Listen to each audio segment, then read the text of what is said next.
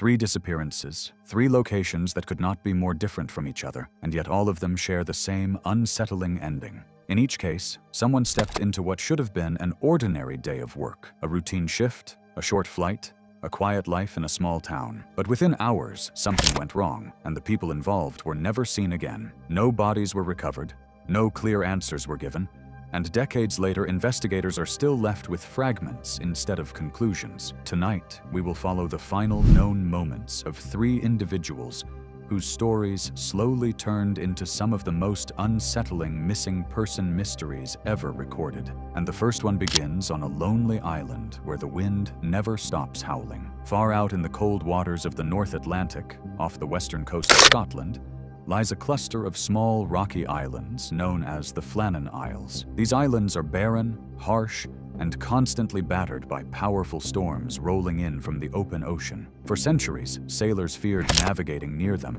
because the waves often smashed violently against the cliffs, and in heavy fog, the jagged rocks could tear a ship apart in seconds. Because of that danger, in the late 19th century, authorities decided to construct a lighthouse there, hoping its beam would guide vessels safely through those treacherous waters. The lighthouse was completed near the end of the 19th century and placed under the care of 3 lighthouse keepers at a time. Their job was simple but demanding. They had to maintain the light every night, monitor the weather, and record daily observations in the official logbook. Supplies arrived only occasionally by boat, and for weeks at a time, the men stationed there were completely isolated from the rest of the world. The only sounds were the wind, the crashing waves, and the distant cries of seabirds circling above the cliffs. In December of the year 1900, something unusual was first noticed by sailors passing through the area.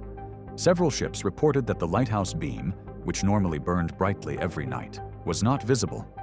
At first, the reports were dismissed as mistakes caused by fog or poor visibility.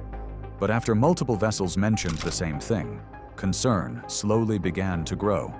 Days later, a supply ship called the Hesperus was sent to the island to deliver food and check on the lighthouse keepers. The crew expected a normal visit. Usually one of the keepers would be waiting at the landing area when a boat approached. But when the Hesperus arrived near the island, something felt wrong immediately. No one was there to greet them. The captain sounded the ship's horn several times, expecting someone to appear on the cliffs above.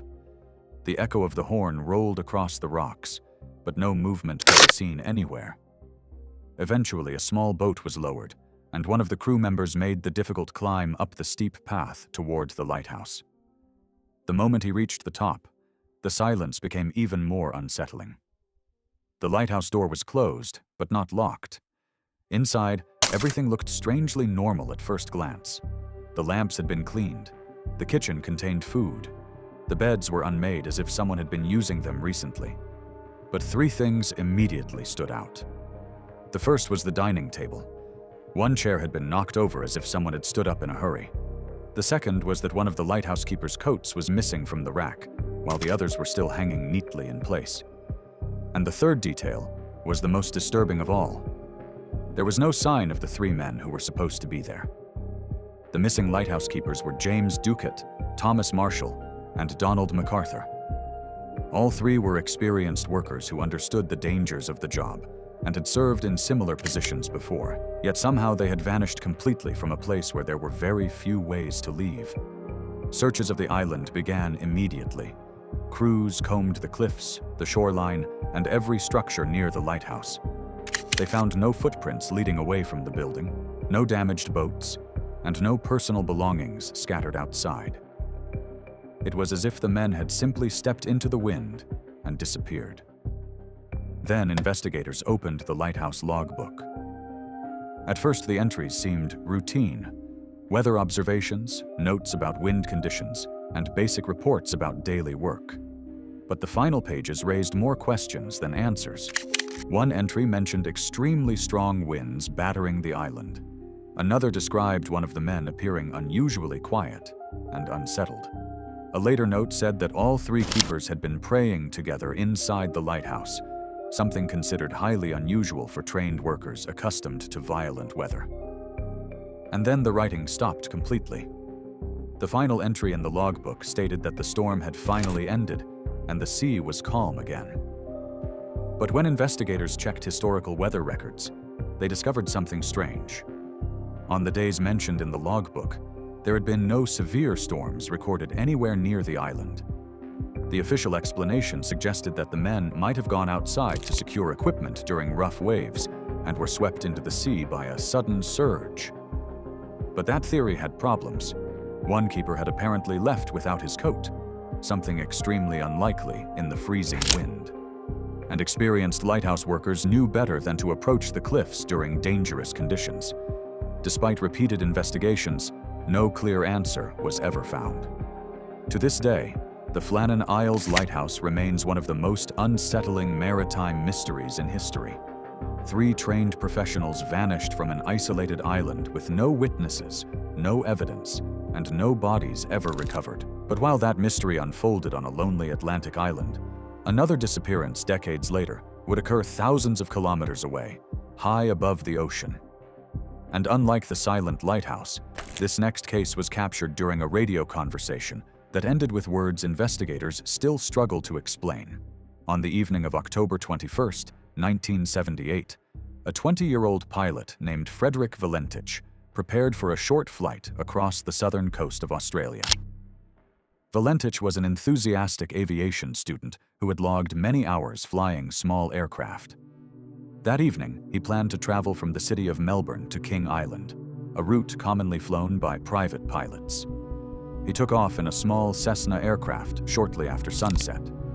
The weather was clear and calm, and nothing about the flight appeared unusual. But less than an hour later, something strange began to happen. While flying over the dark waters of the Bass Strait, Valentich contacted air traffic control with an unusual question. He asked if there were any other aircraft flying below 5,000 feet in the area. The controller checked radar and replied that there were no other known aircraft nearby. Valentich then said something that immediately caught the controller's attention. He reported seeing a large object approaching his plane. At first, he assumed it might be another aircraft, but he quickly added that it appeared to be moving strangely. According to Valentich, the object had bright lights and was passing above him at high speed. The controller asked him to confirm the shape of the object. Valentich hesitated before answering.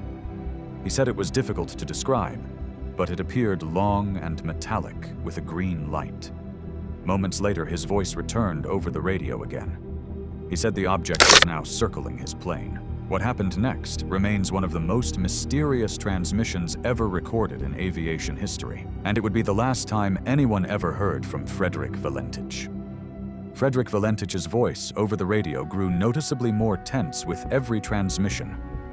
At first, he sounded curious, almost puzzled by what he was seeing outside the cockpit window.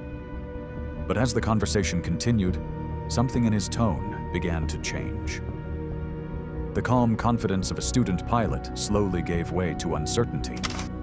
Air traffic control asked him again to describe the aircraft he believed was flying near him.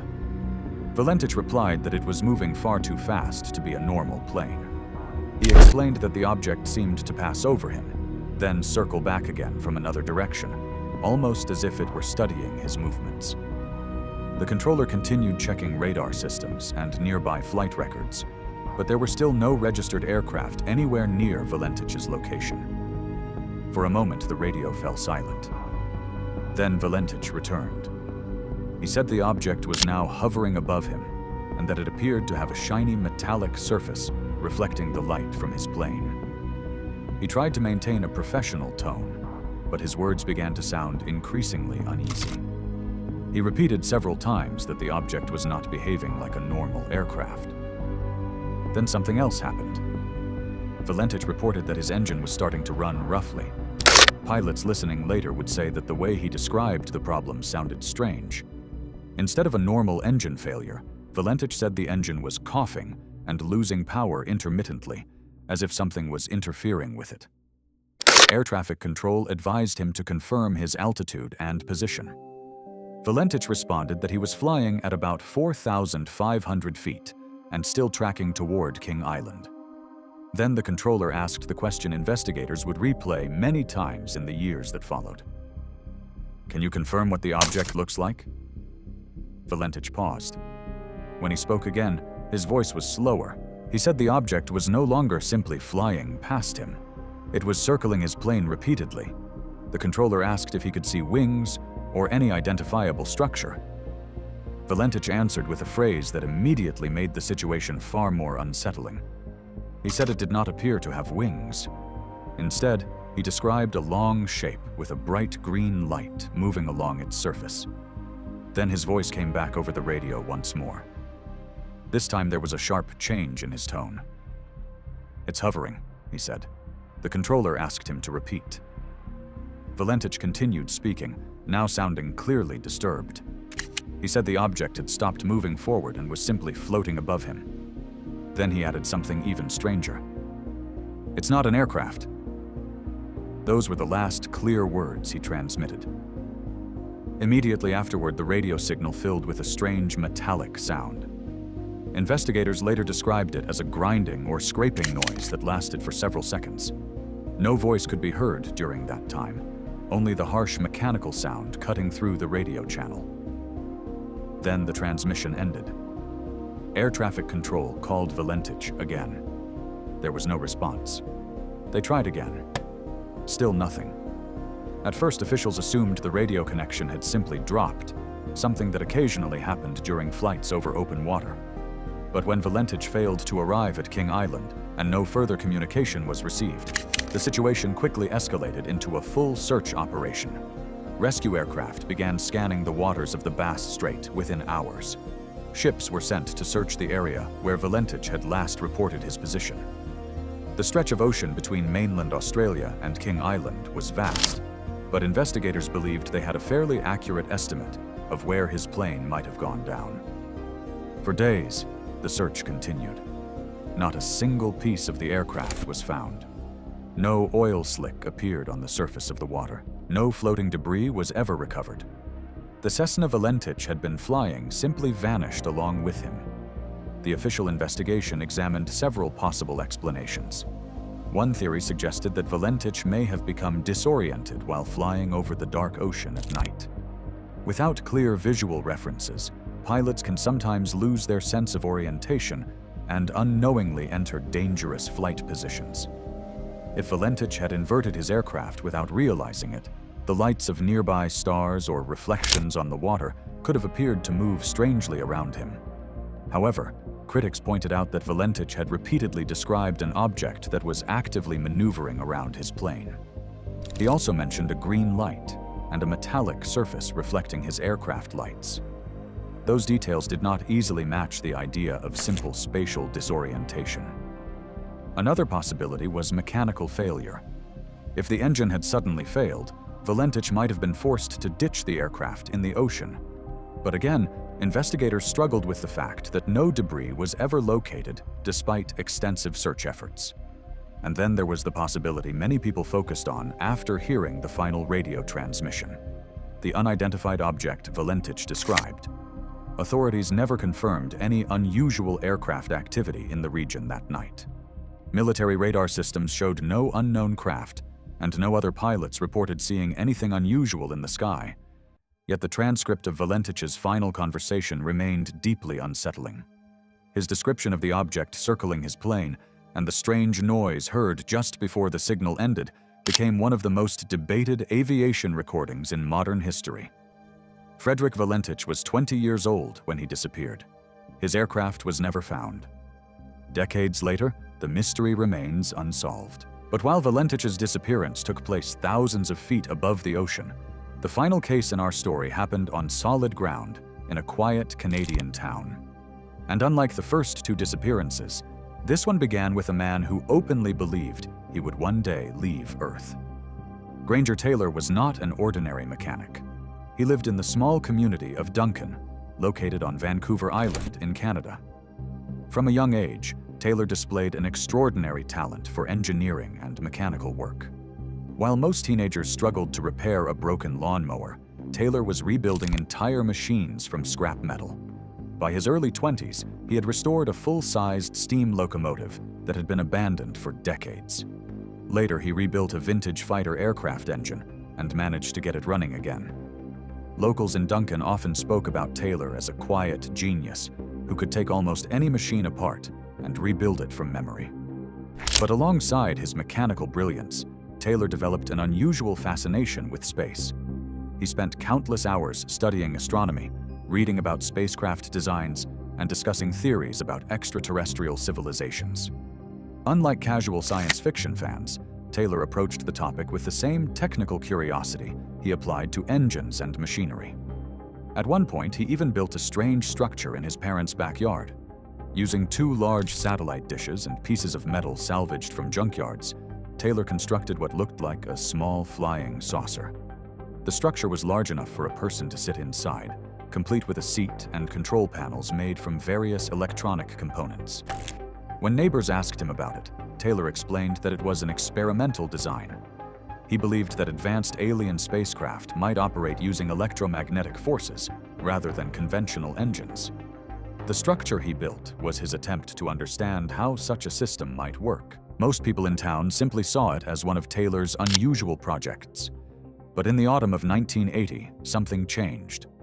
Taylor began telling close friends that he had been communicating with extraterrestrials. According to him, these beings had shared technical information about space travel and invited him to join them on a journey through the galaxy. Many people assumed he was joking.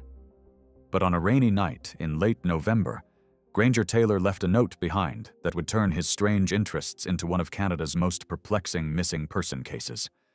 On the evening before he vanished, Granger Taylor left a handwritten note for his family. At first glance, it looked like an ordinary letter explaining that he was leaving for a while. But the contents quickly made it clear that this was not a normal trip. In the note, Taylor wrote that he had been in contact with extraterrestrial beings who had invited him to travel with them on a journey through space. According to him, they had been communicating telepathically and had already shared technical knowledge about advanced propulsion systems. He explained that their spacecraft operated using magnetic forces far beyond human technology. Taylor wrote that he was going to board one of these alien craft and leave Earth for what he described as an interstellar voyage that could last many years. The note even mentioned a specific duration. He believed he might be gone for about 42 months before returning. Despite the strange explanation, the letter itself was calm and methodical. Taylor thanked his family and apologized if his decision caused them worry. He also left instructions about what to do with his belongings and tools while he was gone. At the bottom of the note, he added a sentence that would later become one of the most haunting details in the case. He wrote that he would be leaving his truck behind. But that was not exactly what happened. Later that night, Granger Taylor drove away from his home in his pickup truck. It was raining heavily across Vancouver Island. Strong winds had begun to move in from the Pacific Ocean. According to his parents, he seemed calm when he left, showing none of the signs of distress people might expect from someone preparing to disappear. After that moment, no one saw him again. When morning arrived and Taylor had still not returned, his family began to worry. The strange letter he had left behind suddenly felt far more serious. They contacted the police and reported him missing. The search began quickly. Officers started by examining the area around Taylor's home and speaking with people who might have seen him the night before. Several residents reported hearing loud thunder and seeing lightning flashes during the storm, but no one could recall seeing Taylor's truck on the roads. For weeks, the investigation produced almost nothing. Then, several months later, a discovery was made deep in a wooded area outside Duncan. A logging crew working in the forest came across the remains of a vehicle that had been destroyed by an explosion. When authorities arrived, they identified the vehicle as Taylor's pickup truck. The truck was almost completely torn apart. Metal fragments were scattered across the surrounding trees and ground, and investigators quickly determined that the vehicle had been destroyed by a powerful blast. Nearby, they discovered pieces of dynamite and other materials consistent with explosives. Taylor was known to use dynamite occasionally for clearing tree stumps on rural property, which meant he could legally possess small quantities of it. Investigators began to suspect that the explosion might have been caused by the dynamite being stored inside the truck. But there was a major problem. No human remains were found. Despite the intensity of the explosion, Investigators expected at least some trace of a body to be present at the scene if Taylor had been inside the vehicle. Yet after carefully examining the debris and surrounding area, they found nothing that could confirm whether he had been there when the blast occurred. This discovery created two very different possibilities. The first was that Taylor had accidentally triggered the dynamite while transporting it in his truck. The explosion could have completely destroyed the vehicle and scattered his remains so widely that they were never recovered. The second possibility was far stranger. Some investigators wondered whether Taylor had staged the explosion intentionally. If he had planted the dynamite inside the truck and detonated it remotely, the destroyed vehicle could have served as a way to fake his death before disappearing somewhere else. But there was never any evidence showing where he might have gone. His bank accounts were never used again. None of his friends reported hearing from him after that night. There were no confirmed sightings anywhere in Canada or beyond. The strange note about extraterrestrials only made the mystery deeper. Some people believed it was a genuine expression of Taylor's beliefs. Others suspected it may have been written as a deliberate distraction, a way to make investigators focus on the wrong explanation. Even decades later, the disappearance of Granger Taylor remains unsolved. Some believe the explosion was a tragic accident that destroyed all physical evidence of his fate. Others think Taylor may have intentionally vanished, leaving behind a story so unusual that no one would ever uncover the truth. But when these three cases are placed side by side, a pattern emerges that makes them even more unsettling. On a remote island in the North Atlantic, 3 experienced lighthouse keepers vanished without leaving a single trace. Their workplace remained intact, their belongings untouched, and the final entries in their logbook only deepened the mystery. Thousands of kilometers away, a young pilot reported being followed by a strange object in the sky before his aircraft disappeared from radar forever. His final radio transmission ended with an unexplained metallic noise that investigators could never identify. And in a quiet Canadian town, a brilliant mechanic wrote a note claiming he would leave Earth with extraterrestrial visitors before driving into a storm and vanishing without any confirmed evidence of what happened next. 3 people, 3 completely different places. And in every case, the final moments raise more questions than answers. Sometimes disappearances can eventually be explained through evidence uncovered years later. Bodies are found, wreckage is discovered, or witnesses finally come forward with new information. But sometimes the trail simply ends. No footprints, no signals, no explanation. Only silence where a person used to be. And in these 3 cases, that silence has now lasted for decades.